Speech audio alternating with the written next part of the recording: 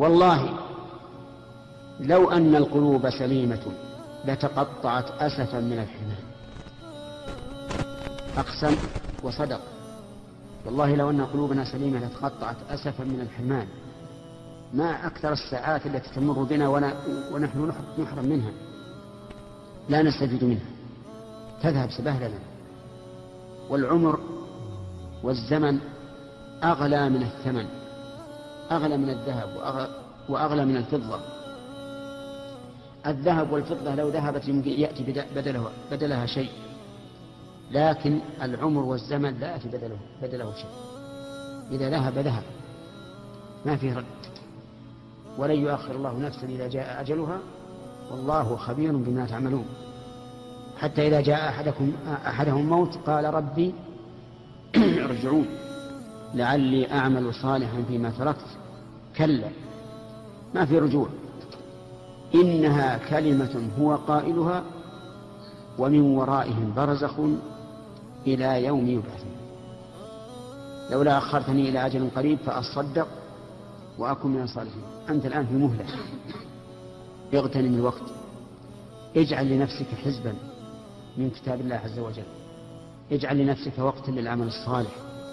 قم في آخر الليل ولو نصف ساعة قبل الفجر، ناجي ربك، ادعو، فإنه تعالى ينزل السماء الدنيا يقول من يدعوني فأستجيب له، من يسألني فأعطيه، من يستغفرني فأغفر له.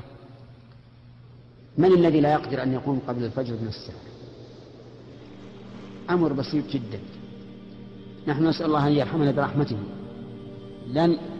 لا نقوم ثلث الليل ونصف الليل، لكن أفلا يمكن أن نقوم نصف ساعة فقط، نذكر الله فيها، نتوضأ، نصلي ما شاء الله، نوتر.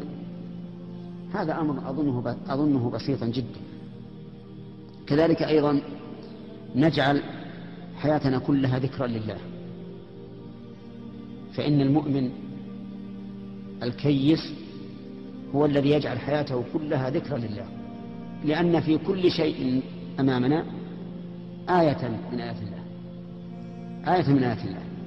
فإذا ذكرنا هذا الشيء الذي أمامنا من آيات الله ذكرنا بذلك الله عز وجل، ذكرنا الله، فيكون الإنسان دائما يذكر الله عز وجل بما يشاهد من آيات الله الكونية، بل بما يشاهد من نفسه وتقلباتها.